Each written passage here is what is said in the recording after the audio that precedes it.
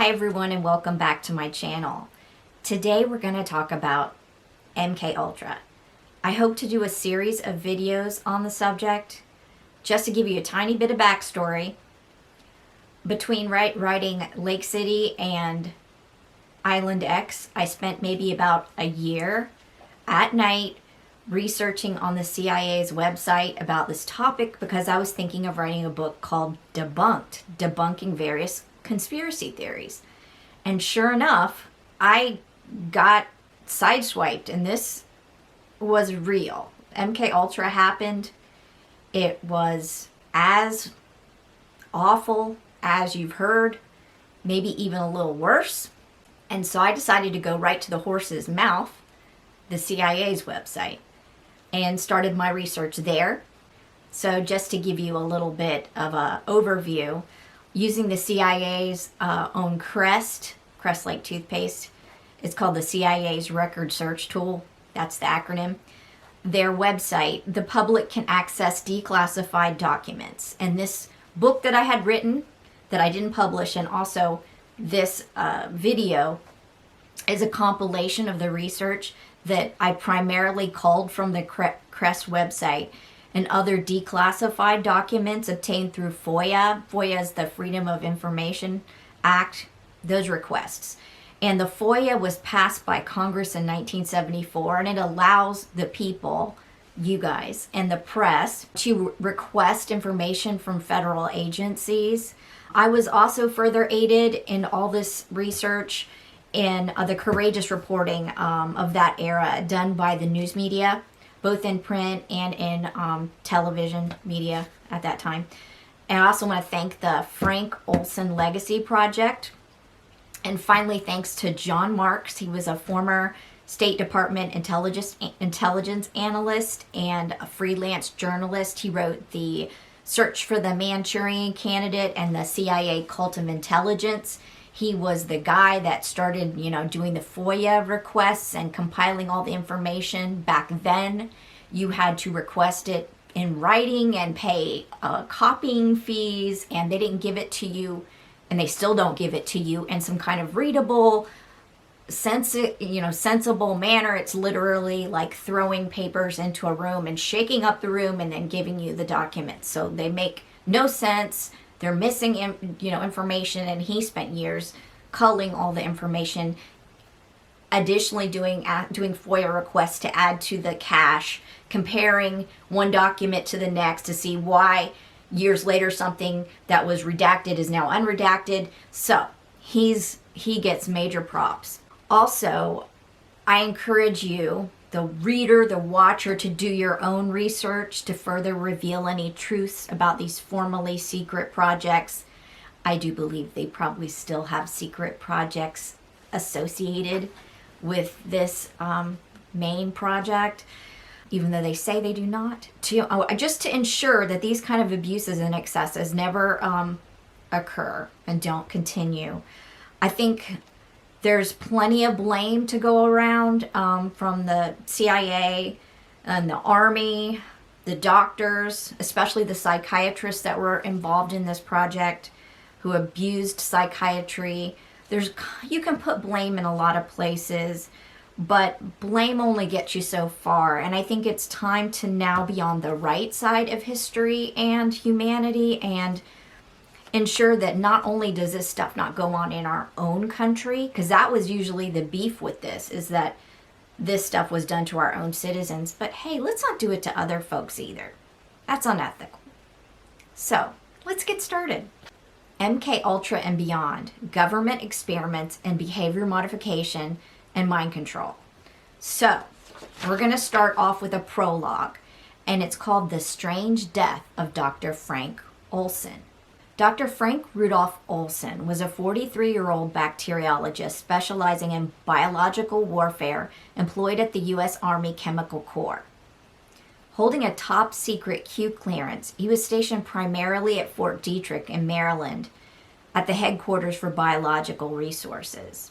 He was one of the first scientists working at Fort Detrick, and working in germ warfare, he was performing the most sensitive research at the facility. He also began working for the CIA, within its technical services staff. And here's another acronym, TSS. So if you ever go and decide to look at the documents on the CREST website yourself, it's not going to read like a story with a beginning, a middle, and an end and things making sense. You're looking at documents with acronyms all over it and little financial statements and things that will make no sense to you unless you look at the documents for a long time, not only individually, but as a whole. So long story short, he worked for the TSS on a covert project called Artichoke. On November 18th, 1953, he attended a 3-day retreat at a lodge in Deep Creek Lake known for its fluffy buckwheats and its steak-sized sausages. He was attended by a group of his CIA co-workers, a meeting of LSD researchers. On the second night of the retreat, an after-dinner drink was served. Olson's Cointreau was spiked with approximately 70 micrograms of LSD by Dr. Robert Lashbrook on Dr. Sidney Gottlieb's instruction. So, you've got Frank Olson, doctor, working in biological warfare. You've got Dr. Robert Lashbrook. He's kind of, it's not his direct supervisor, but he's over him. And then you have Dr. Sidney Gottlieb over him, okay? And at his instructions, Lashbrook doses Olson. 8 of the 10 scientists alongside Olson were also unwittingly dosed. 2 were spared. 1 didn't drink his drink, and another had a heart condition. You know what? Bless your hearts for not dosing the guy with the heart condition, right? Colonel Vincent Rouet, who was chief of the division, the chief of the TSS at that time, and Olson's boss, was also at the table. Dr. Gottlieb later said under oath that after the LSD took effect, the group became boisterous and little sensible conversation could be had. Duh. 20 minutes later, it was revealed to them that they had consumed LSD. Lashbrook recalled, quote, "People jabbered away until late in the night and early the next morning." But Frank Olson, he didn't react very well at all. He was angry. That night he couldn't sleep. He then appeared agitated over breakfast. And in the following days, Olson became depressed. 1 week later, he asked to quit the biological warfare program at Fort Detrick and the CIA. So he's working for Fort Detrick, and he's also working for the CIA. All right? So not all the people who work at Fort Detrick work for the CIA. And not all the people that work for the CIA work at Fort Detrick. But he was working for both. All right? Just keep that in mind. His son Eric contends that his father was morally distraught. His wife Alice recalled her husband was uncharacteristically moody and depressed. He was in great distress and in obvious need of help. Olson told his Fort Detrick co-worker, Norman Cornoyer, that he saw someone die. Not at that party or gathering, but he had seen somebody die in the past. He said, quote, "I'm getting out of the CIA, period. They brainwash people. They use all types of drugs. They use all types of torture." So now I'm going to talk about a little bit of Olson's history. He accompanied the Air Force to test germ warfare in the field. His son Eric discovered home movies of crop dusting interspersed with the family vacations.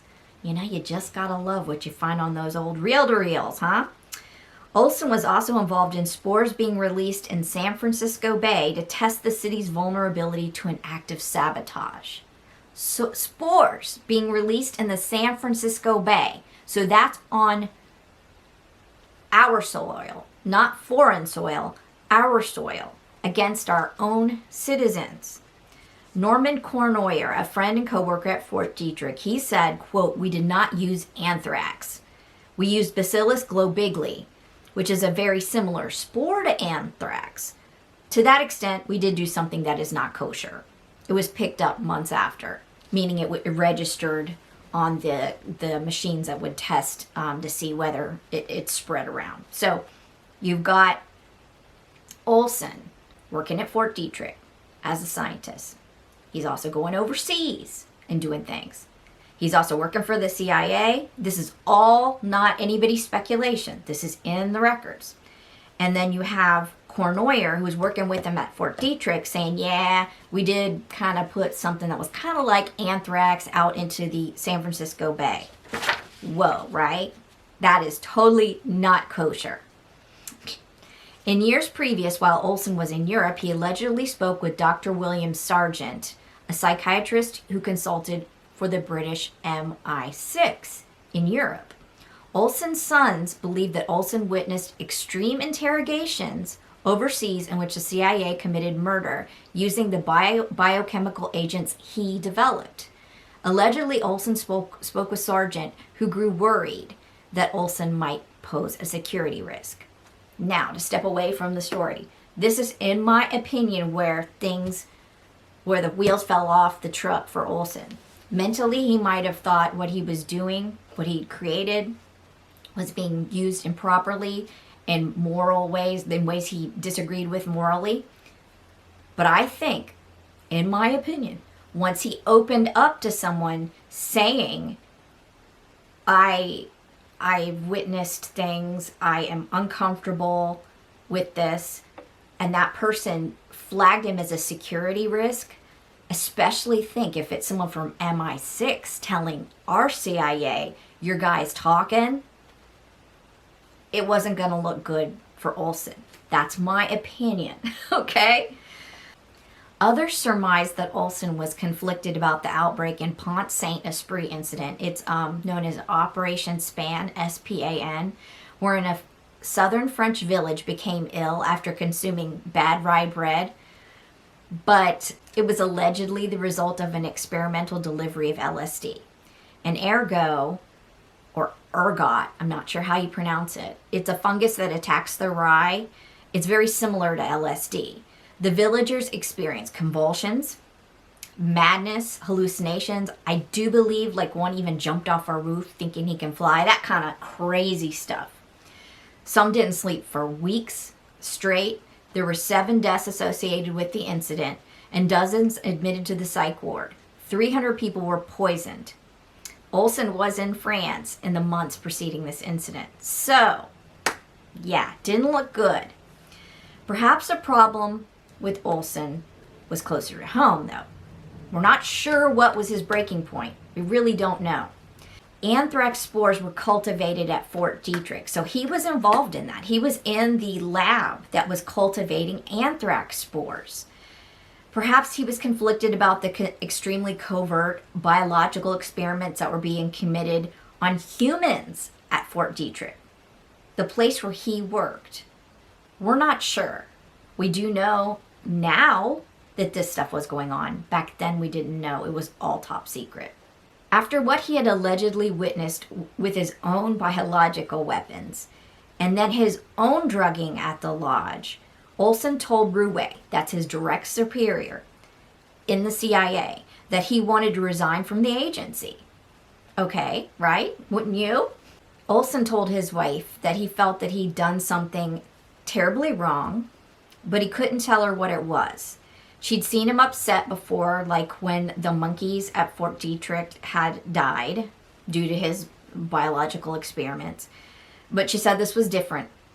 She said that he had presented a paper at that meeting at the lodge in which he was dosed, and that his colleagues had laughed at him and tried to humiliate him. And Olson was convinced that the CIA was out to get him. A week after the drugging, Olson does experience a chemically induced LSD flashback, which really isn't uncommon if you're dosed at a rather high dose to have a flashback. Olson also then suffers a nervous breakdown. Immediately concerned, Rouet telephones Lashbrook and relays that Olson needs professional attention. The last thing the CIA wants at this point is an agent spilling secrets while in the midst of a nervous breakdown, right? It's just not something they're just going to let the possibility of it even happen. So Lashbrook had been given the task of looking after, escorting is what it says in the files, Olson until he recovered. So you've got Olson, then you've got Rouet, who's his superior, then you have Lashbrook. Lashbrook tells Rouet to bring Olson to a Dr. Harold Abramson in New York. This guy allegedly is an expert in LSD. To me, that's key. If like off script, to me, that's key to just saying this guy was a CIA guy that was already in the LSD program. That's why. Because this guy wasn't a psychiatrist, which is what allegedly Olson needed. He wasn't even a psychologist. He was an allergist, okay? I know. But he was associated with the CIA research projects that were all top secret at that time. And he held the top secret security clearance. So they had to take him to somebody that was kind of in the know of this project, even if Olson didn't know him. You following me? Because they keep everybody segregated. They keep everything compartmentalized to keep people from figuring out the bigger picture. They'll have you working on one little thing, one little screw in the cog while the whole machine's going on. You don't necessarily know what the bigger picture is. It's a control mechanism, among other things.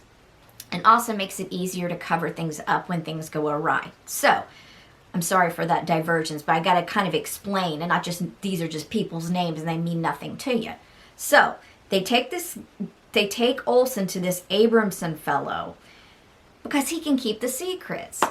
So they go off to New York, and for days, Rouet, Lashbrook, and Olson, they remain in Manhattan because that's where this guy, Abramson, had his office, to consult with Dr. Abramson.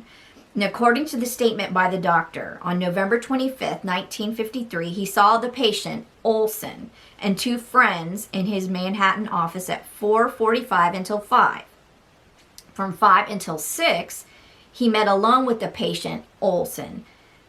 4 hours later, he saw the patient, Olson, from 10 to 11 in a hotel room with two friends. See, because then by this time, I'm getting this data, he's under oath.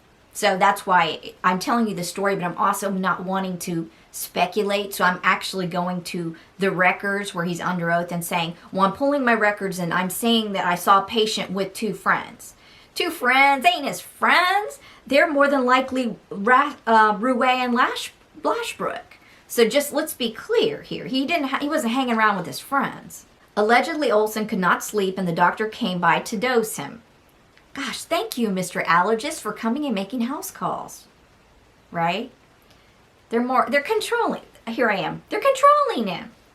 They're handling him. By this point, Olson had 2 sessions with the doctor. Dr. Abramson stated, quote, again an attempt was made to have the patient state that he was the subject of a plot or was especially persecuted by his friends. But at no time did he speak of any but the highest regard for his friends or family. He stated explicitly that he wished to go back home. I saw in no way in which this could be prevented, but plans were made for further discussion. So that tells me everything. That tells me they're getting him in front of Abramson and they're poking at him about his paranoia because they want to get him locked up. And they want to get him locked up maybe someplace that's safe to have him locked up, not someplace that he's going to be babbling about the CIA projects, right? But once he gets in front of the doctor, he doesn't want to say these things. You got to read between the lines sometimes. The next day they head home, but Olson became terrified so they went back. Suddenly paranoid, he thought that he would not be safe under the same roof as his family. Gosh, wonder why he thought that. What happened? Abramson admitted to seeing the patient alone in his Long Island office from 4 to 5 p.m. and then the patient with a friend from 5 to 5:20. Who does that? Who meets with a doctor for an hour, then has a friend come in for 20 minutes? That's your handler. Abramson stated the patient returned after an agitated trip to Washington and was seen at 4 p.m. In this interview, for the first time, the patient showed that he had delusions of persecution. Olson stated, quote, I feel like they were giving me dope to keep me awake. So, at this point, he's saying, I think they're doping me up. But they were doping him up. Dr. Abramson was doping. He said that for some weeks, the CIA group had been putting something like Benzedrine in his coffee. He pointed out that voices told him to throw it away. He had thrown away his wallet. That's in Abramson's notes. Abramson prescribed, catch this, Abramson prescribes bourbon whiskey and a sedative Nembutal, which are two depressant drugs. And they don't, and they really aren't supposed to be prescribed together. So here you've got this allergist coming and dosing him with bourbon and Nembutal, and that's what he's putting in his notes. Who knows what he really gave him? But I digress. Then he recommended Olson to go to a mental institution for recovery. Okay. So you gotta wonder, what happened that he goes, maybe under the guise of, hey, we'll get you to see somebody. Then he goes and he's seeing this allergist, probably looking at the walls and seeing allergist and wondering, why the hell am I here? And then they start prodding him and poking at him. And he's like, no, I just want to go home. I'm not going to talk about this persecution. And then sure enough, he's feeling very amped up. Could be just he's having flashbacks. Could that now he's become manic? Who knows? Maybe they were putting benzodrine in his coffee. And now he's just all jazzed and amped up and he wants to go home. And maybe they said, do you really feel your family's safe? And then all of a sudden he's like, well, maybe my family isn't safe. So then he changes his mind and, so that is this poor guy. On Friday, November 27th, Dr. Abramson saw the patient and a friend from 9:30 a.m. to noon, and then again from 2 to 3 p.m. Olson agreed to hospital treatment, and a room at the Chestnut Lodge Hospital was reserved for the following day. And I don't know this for sure, but I would assume that the Chestnut Lodge Hospital would be an okayed place for him to go, or whatever doctor would have been above him in this unit would be CIA approved. That's my opinion. They're not going to put him in some place that he's going to run his mouth and someone take him seriously. You following me? Or if he's really just, if they're just going to put him and take care of him, they're going to have a doctor that's CIA approved to make him better and make sure he doesn't talk. So Olson calls his wife and says he's coming home. And the police reports later state that after midnight, Olson threw himself out of a 10-story, closed and shaded window of a room at the Hotel Statler. Let that sink in. The room had only one window with a radiator in front of it, a big ass radiator. Olson had been sharing the quarters with Lashbrook, who was supposedly sleeping at the time and awakened by the sound of crashing glass. The night manager, Armand Pastor, who heard a thump outside. God, that's gruesome. Found Olson on the sidewalk, clad in his underwear and a t-shirt, with his eyes open and trying to speak. Blood was coming from his nose, his eyes, and his ears. The doorman looked up to assess where Olson came from, and he saw movement from behind the window shade of room 11018A. According to the hotel operator, who connected all the telephone calls, she continued to listen after Lashbrook made one telephone call to an unnamed person in Long Island.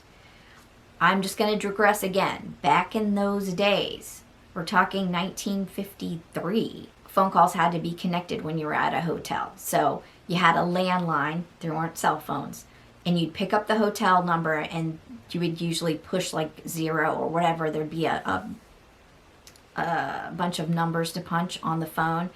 I feel so old explaining this, but you'd press like usually 0 or 1 and you'll get the lobby and you would ask for them to connect you and you'd give them the number. And they could listen in on the call if they didn't hang up once they made the connection. So she listens in, and Lashbrook says to the person that picks up the phone on the other end, well, he's gone. And the reply was, well, that's too bad. That's it. The person on the other line simply hung up. This is according to the telephone operator. According to Lashbrook's recollection, he made 2 calls. He made one to Sidney Gottlieb in Washington, D.C., and another to Dr. Abramson in Long Island. So by logic, logic dictates that means that the person that he called and said, well, he's gone, and replied, well, that's too bad, would be Dr. Abramson in Long Island. Okay, Willie's gone where? That's what a normal person would say. Number one, you'd say, hi, how you doing? You wouldn't just be like, well, he's gone. Gone? Gone where? He's gone dead. However, Lashbrook did not call for help. So if we're to believe Lashbrook's story, excuse me, because my leg is falling asleep. So You know, that pins and needles feeling? Okay, so anyway, so Lashbrook, if we're to believe his story, he's sleeping in the bed in the same hotel room as Olson. He hears crashing glass. He looks up. He sees that the window's broken, and he sees that the blind is going because there were those kind you pulled and you yanked up. And then he just goes into the bathroom. Does that make sense to you? Doesn't to me. That's not what a logical person would do. So the police were summoned to the scene not by Lashbrook, but by the night manager, Pastor, the guy that heard the sickening thud and went out there and saw Olson in severe distress, as well as a priest who attempted to administer last rites and was waved off. I'm not sure by whom he was waved off. Pastor and the police, they go up to the hotel room, and Pastor used the key to enter. And Pastor recalled under oath that when they checked the hotel room and the police had their weapons out because they didn't know what was going on. So they were armed and ready to check it out, and they found Lashbrook sitting on the toilet with his head in his hands. Pastor says, "We opened the door and there was this fellow sitting in the bathroom with his head in his hands. He had on his undershorts of his pajamas. He wasn't dressed." Okay, now let's forward to 1975, and we're going to listen. This is what Lashbrook says in 1975. Quote, "I woke up because there was a noise. I turned on the light and noticed Frank wasn't there. I saw the shade. It was one of those pull-type window shades, and it was going around and around, and the window was broken. After he was apprised of the death." So this has happened. You've got agents in this room. They're trying to deal with a fellow agent's mental health.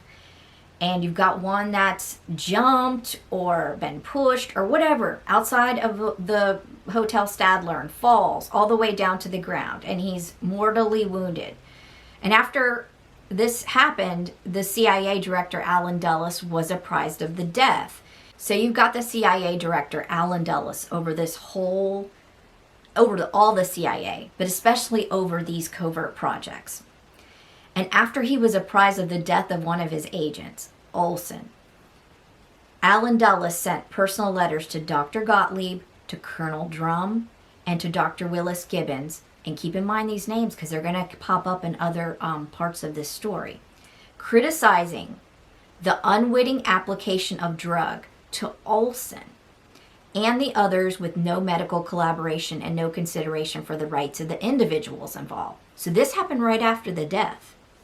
Dulles made it clear these experiments should be handled with medical supervision. So that was his beef about it, that these agents were dosed without medical supervision.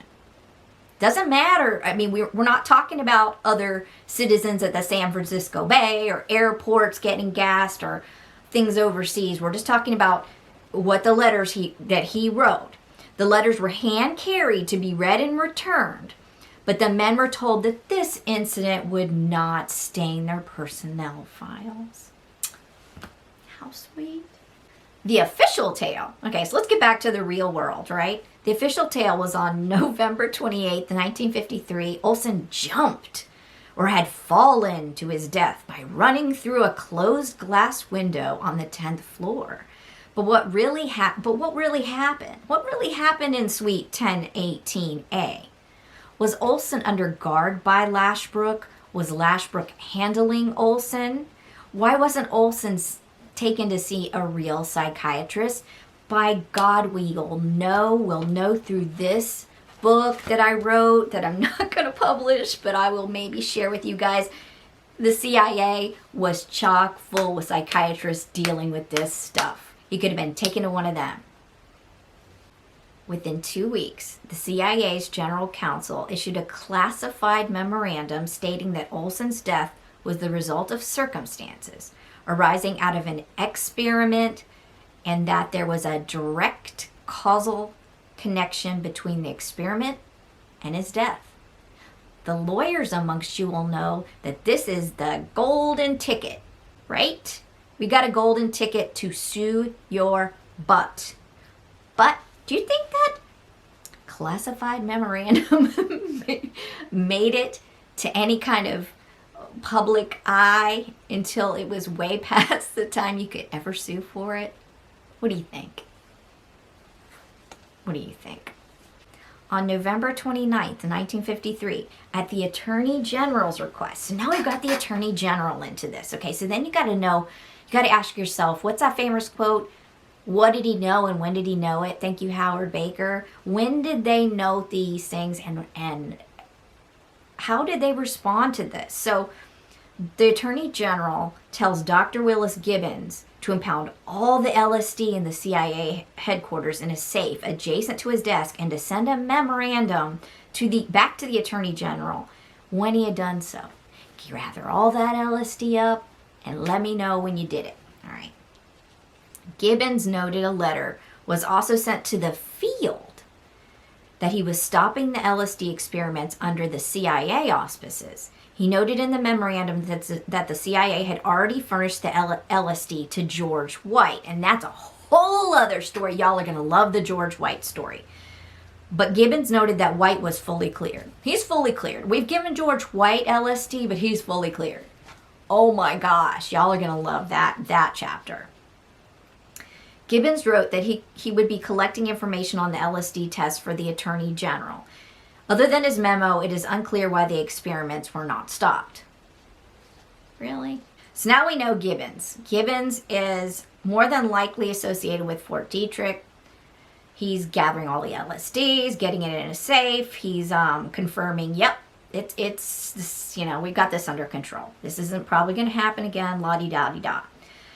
And I know I keep bringing in other doctors and other people's names, but it's all a part of a scheme. It's all a part of a plan. And they keep the projects compartmentalized. But sometimes they gotta hop over. They have somebody working one thing. So, in a December 14th, 1953 conversation with Gibbons, it was noted that Stanley Lovell, or Lavelle, I think it's Lovell, reported that George, Merck, and Quarles were about to kill the Schwab activity at Detrick as un-American, and that Lovell knew about Frank Olson. So, let's get this straight. I know that's very confusing. So, there was a conversation on December 14th, 1953, with Gibbons, and it was noted that Stanley Lovell reported that George, Merck, and Quarles, so you got other people, were about to kill the Schwab activity at Detrick as un-American.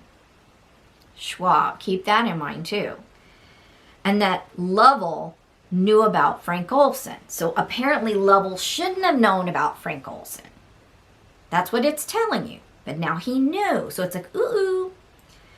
And the quote on the memorandum, if you go and dig it up, says, quote, "Is it necessary to take action at a high place?"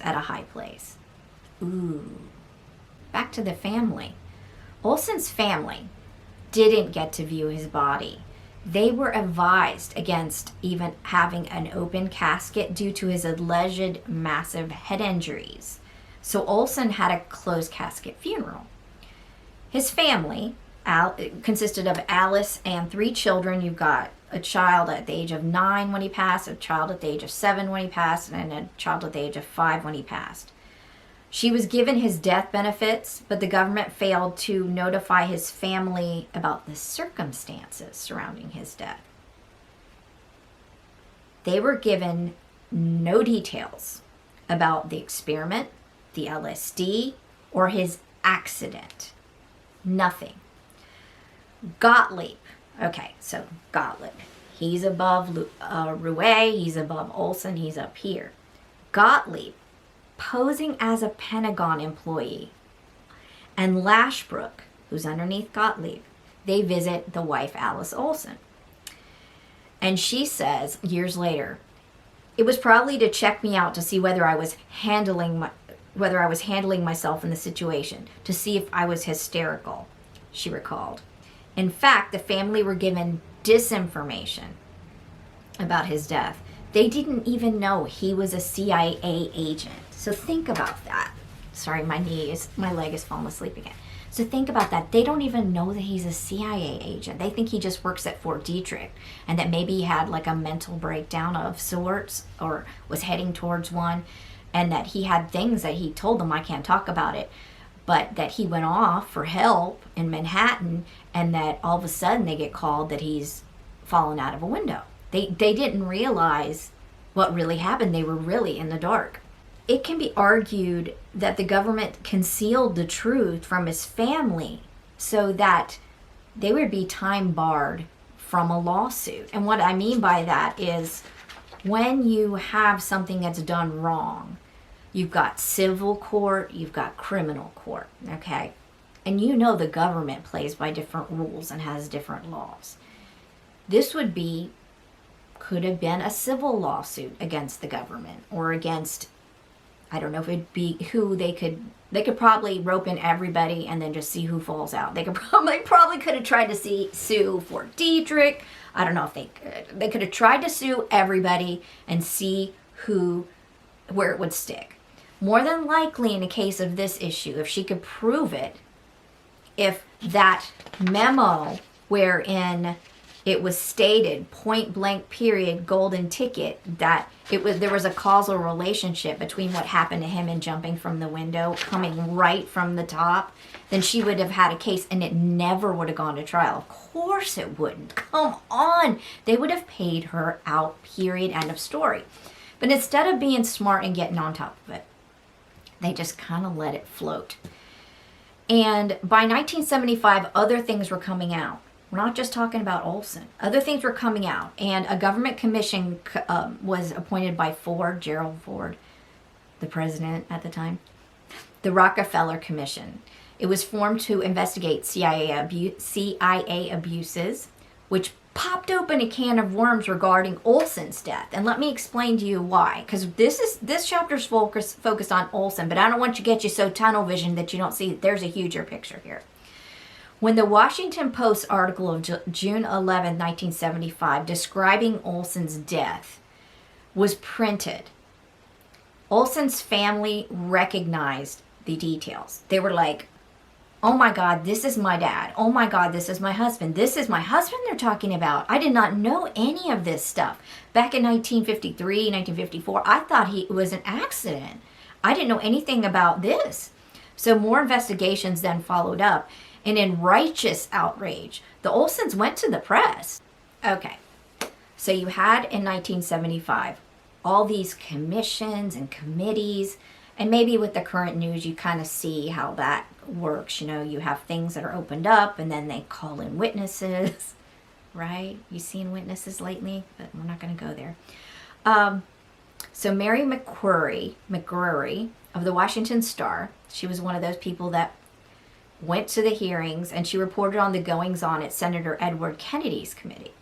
And she noted that the witnesses seemed without embarrassment or remorse. That's her quote. And that they spoke with nimble evasion about their actions. These are the witnesses that were the doctors that are finally being called, that are finally have their feet being held to the fire. They're having to show up and talk about some of these, I want to say atrocities, some of these goings-on in some of these projects. And some of the people that were questioned were Dr. David Rhodes, who was a psychiatrist, Philip Goldman, Dr. Robert Lashbrook, who was named deputy director of a project called Mkultra, and Dr. Sidney Gottlieb. Gottlieb, the brave soul that he was, insisted on criminal immunity before he would appear, and his testimony was piped in as his health was poor. Gosh. In 1975, the U.S. government finally admitted that Frank Olson had been unwillingly dosed with LSD. And Miss Olson said, quote, "My anger was unbelievable that we'd been duped this length of time and that the anguish was unnecessary." You know, honestly, I don't know if she would have understood if she had been apprised, if they'd taken her into a skiff or something, or taken her into a private room and sat her down and say, hey, you know, you knew your husband worked in biological warfare, yes. You know your husband went overseas all the time, yes. You knew your husband worked at Fort Detrick and you know, worked with spores and stuff, yes. Well, he worked with the CIA. Oh, well, you know, we were doing some projects and we really can't get into it, but there was an accident and you know, he wasn't well, or, you know, whatever, and like kind of gave her a little bit of a backstory so she just wasn't so blindsided. They could have gave her a nice fat settlement, set the kids up, been honest with her, and you think about it. Her sometimes I think like marries like a lot of times, and more than likely, if Olson was willing even to participate with some of these projects, that maybe his wife would have understood on some level and not gone rogue and gone to the press with it. So, I think that it was risky of them not to just be honest with her, but they didn't.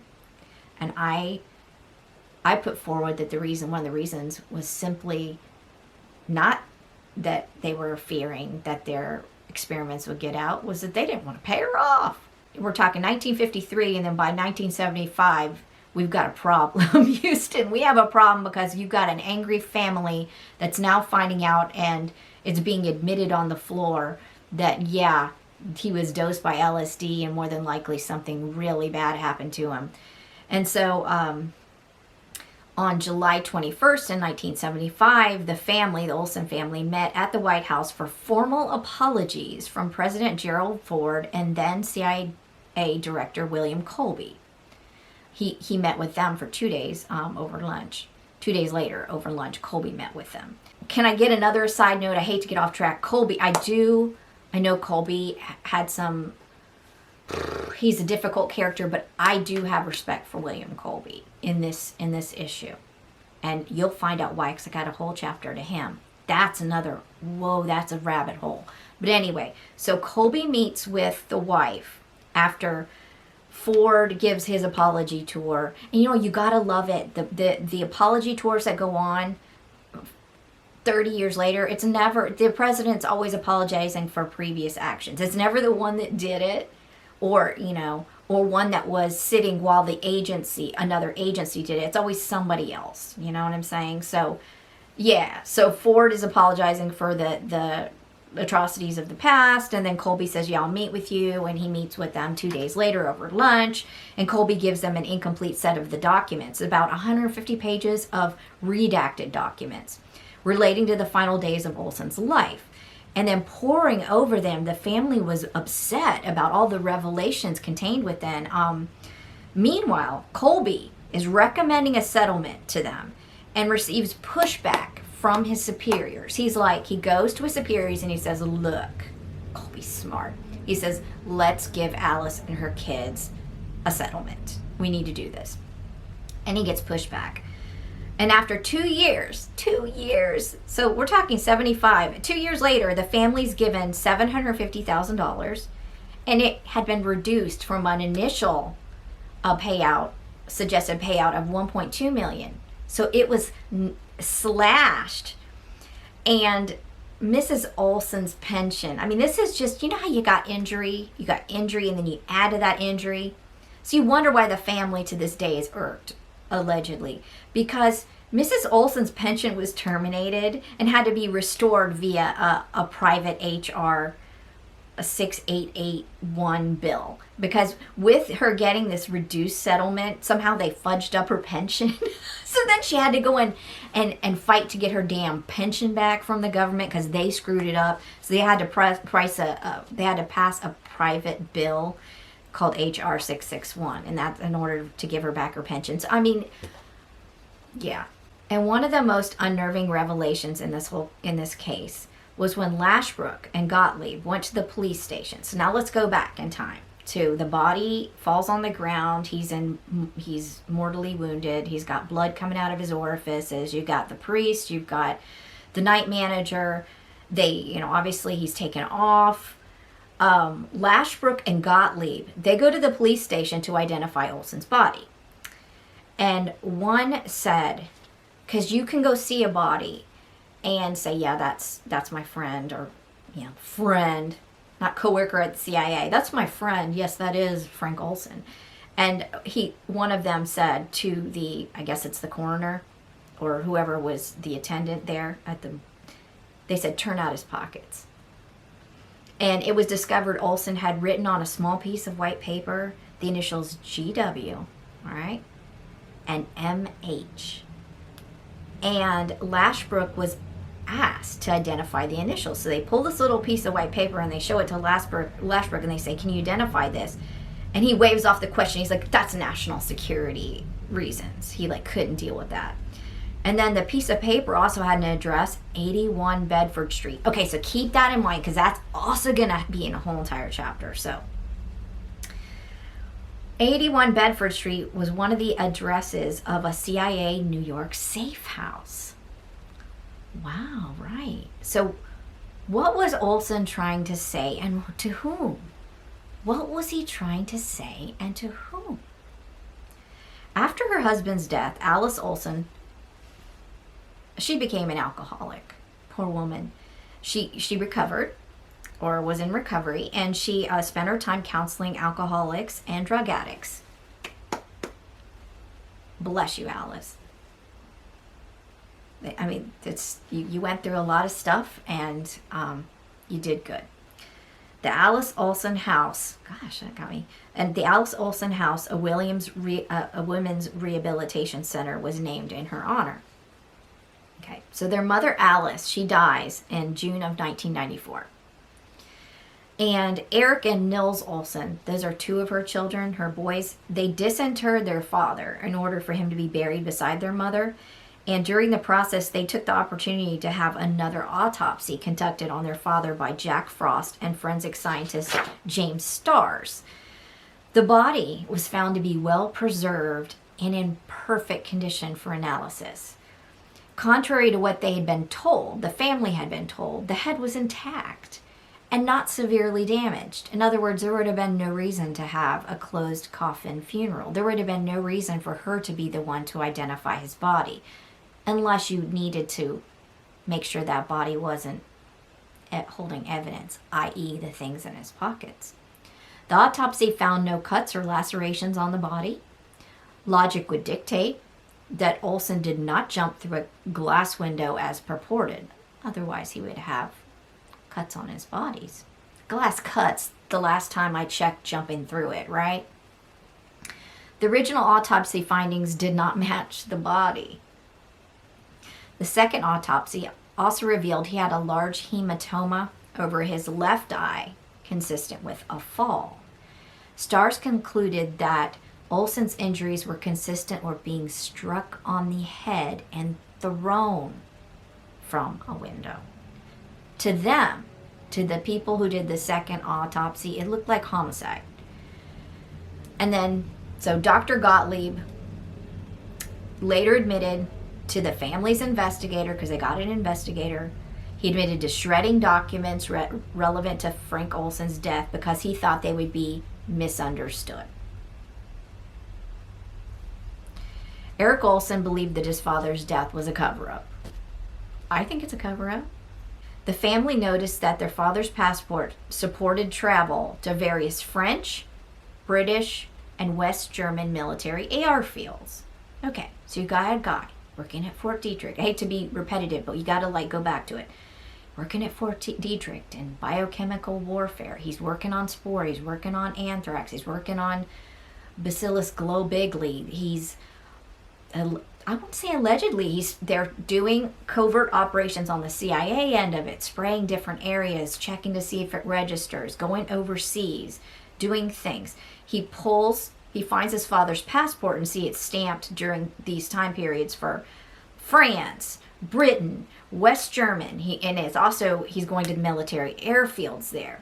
Then you got to realize he finds in the old family projections, when he's looking through it later on after all the shit's hit the fan, he's looking through all the stuff and saying, oh my God, in the family videos, we've got crop dusting, pictures of someone videoing crop dusting, which wasn't his purview at all, unless you're dropping chemicals over a certain area to assess the spread of it. He also found on personal slides back then, guys, here, boomer here, let me tell you, back then your cameras got real fancy and they allowed you to make slides, and they were awesome in color. They were a different way. You take the film, but then it was slide film, and you would load it into your camera, and then you'd have it developed, and they put them in individual little slides, and then you could put them in a slide projector. And if you see older pictures of that era that are very crisp and beautiful with great color, not fading, that's usually a slide. And so he had, they found slides, which wouldn't be surprising because he had access to advanced technology of the day. Personal slides of the German cities of Frankfurt and Heidelberg, and a picture of the infamous IG Farben chemical plant. Now there's a whole other chapter you can go into if we're going to start talking about IG Farben and Bayer and what was the other one? Let me see. What was it? Schwab. I mean, how much fun do we want to have? How deep do we want this rabbit hole to go? So, FYI, something shady was afoot. Vincent Rouet had stayed close to Olson's widow. You're so insidious. Vincent Rouet had stayed close to Olson's widow, had drinks with her, and then there was speculation that he was assigned to keep track of her. Handler. On November 28, 2012, the Olson family sued the government in Washington federal court for unspecified compensatory damages and access to all the documents related to their father's death.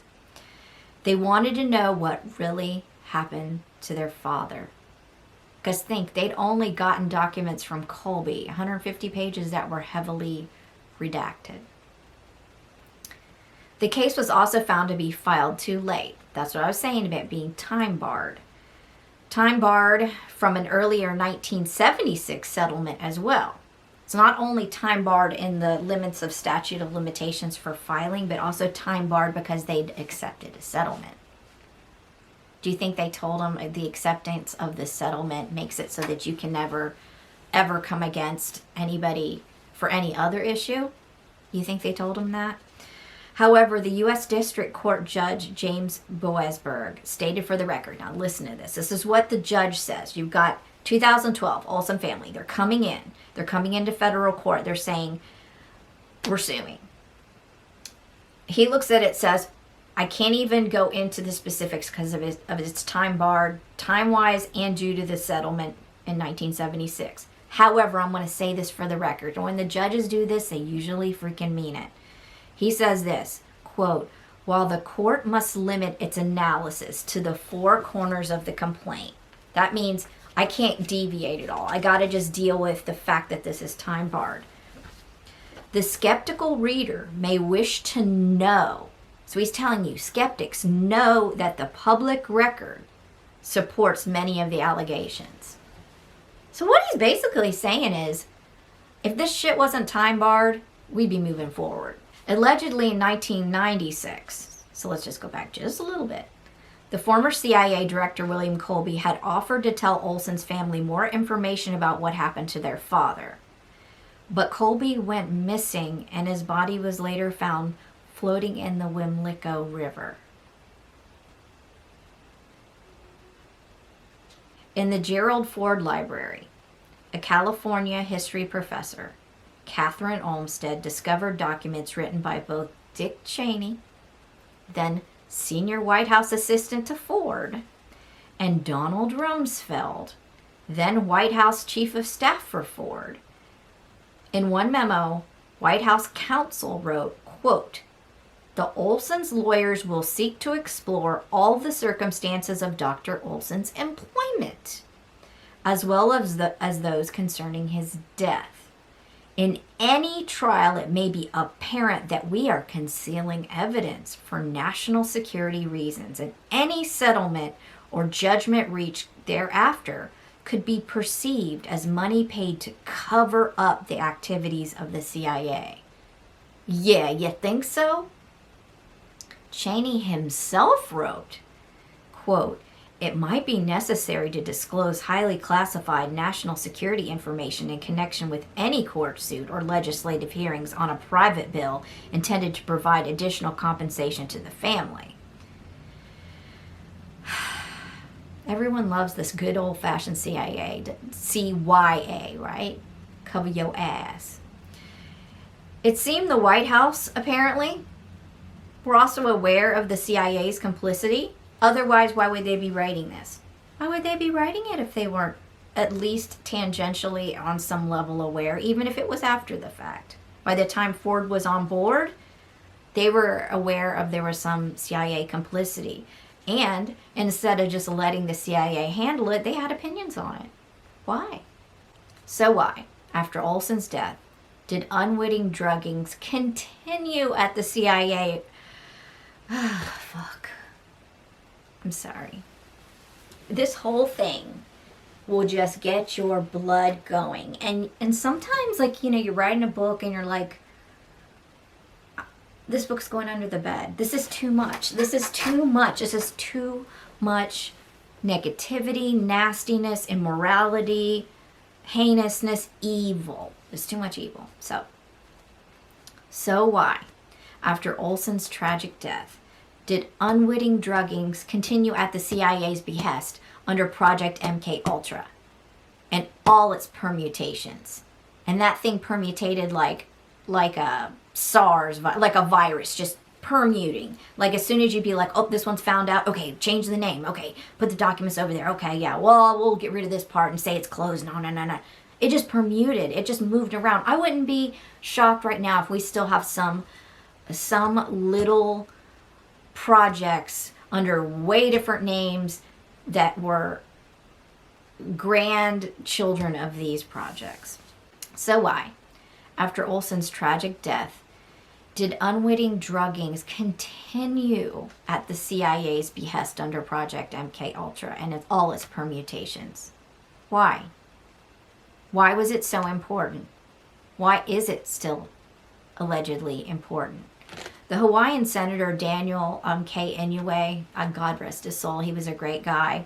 He asked the same question, and he noted, quote, the individuals criticized in the Olson case were the same individuals who were responsible for MKUltra, Subproject 3. There was many subprojects, but involving exactly the same practices. Even though these individuals were clearly aware of the dangers of surreptitious administration of drugs and had been criticized by the director of the Central Intelligence, Subproject 3 was not terminated immediately after Dr. Olson's death. In fact, according to the documents, it continued for a number of years. Thank you for asking that. Thank you for putting that into the record. Why? On November 30th, 1953, a memorandum to the deputy director, the subject of which was called Extension of Project MKUltra, was signed into effect by Allen W. Dulles as director of the CIA. So, what did I tell you? Got homie jumps out of a window or falls or whatever story you want to believe, pushed, hit in the head and thrown out the window, and still they gather up the LSD per Dulles, and allegedly, except for the batch given to George White, right? And by November 30th, here we go, a memorandum. It's there, you can find it. Extension of Project MKUltra. Why? You already know this is bunked up. But no, they kept that thing going. They had no intent of stopping it.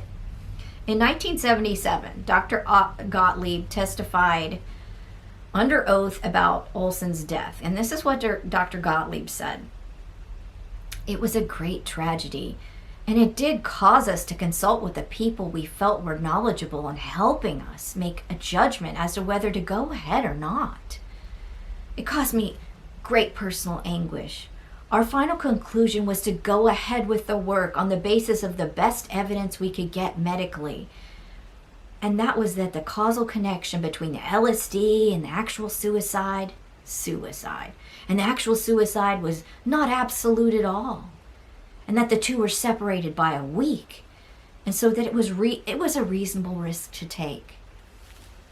Dr. Gottlieb claimed the relationship between the LSD and Olson's death was not necessarily causal, which you've got to laugh because that's not what the file said. And it certainly would not have been causal if Olson had been murdered and not just committed suicide, now would it? When the Olsons met with Gottlieb in his final years, the Olson family, to ask, maybe for the last chance they'd ever have, to ask why their father was dosed. They're not asking a whole bunch of questions, just why did this happen? He told them that due to the CIA's liaison with the Fort Detrick scientists, they were simply convenient subjects for testing. Guinea pigs. It was not personal. But Ike Feldman, a former CIA agent, alleged that he was told Olson talked too much and was killed. On August 3rd, 1977, because you got to understand, years ago by, decades ago by, and then little things come out about other sub-projects, which then pop open this death, this suspicious death, suicide, or whatever you want to call it, pops out. And then kind of like everything starts coming to the fore, and you start having committees and people put under oath, and they don't want to talk, and they fight the subpoena and they don't show up, or they say, oh, I'm too sick, and their testimony's piped in, and they tell half truths, and then they meet with the family later and they kind of admit that, or they, it's a bunch of baloney. And by August 3rd of 1977, the directors of the CIAs, they're always turning over. So Admiral Stansfield Turner was then the director of the CIA, and he spoke before the Senate Select Committee. You gotta love it when they're pulled onto the floor and made to account for some of the little tiny bit of the shenanigans that get out in the public. Because it's always an iceberg. Like Frank Olson or like an MK tiny bit of that gets out. It's the tip of an iceberg. And then that's at the tip is just the beginning, because the icebergs are really down here. They're down at the bottom. And this is just the little tiny bit you're seeing. So yeah. So Stansfield Turner said in 1977, I assure you that the CIA is in no way engaged in either witting or unwitting testing of drugs today. Oh, Lord have mercy, guys. I hope you enjoyed this. That's just the prologue into this whole mess of MK Ultra. It gets crazy. It gets scary. It gets lewd. It gets hilarious. It is tragic. And let's be on the right side of history. Let's be cognizant of what's conspiracy theory and conspiracy fact. What I'm giving you here is facts. If you have any question, when did that quote, where does that quote come from? I have everything and noted, bookmarked and noted, whatever. So if you say, when you said that one quote, where to get it from, I can just easily pull, because I was writing this almost like a research paper. So I can easily give you exactly the document that I got it from. And if you even want to lay your eyes on it, I could probably then direct you to where you can most easily find it without a lot of hassle. It is a rabbit hole, but I hope you really enjoyed this. Next chapter is Harold Blower, Army Project Pelican.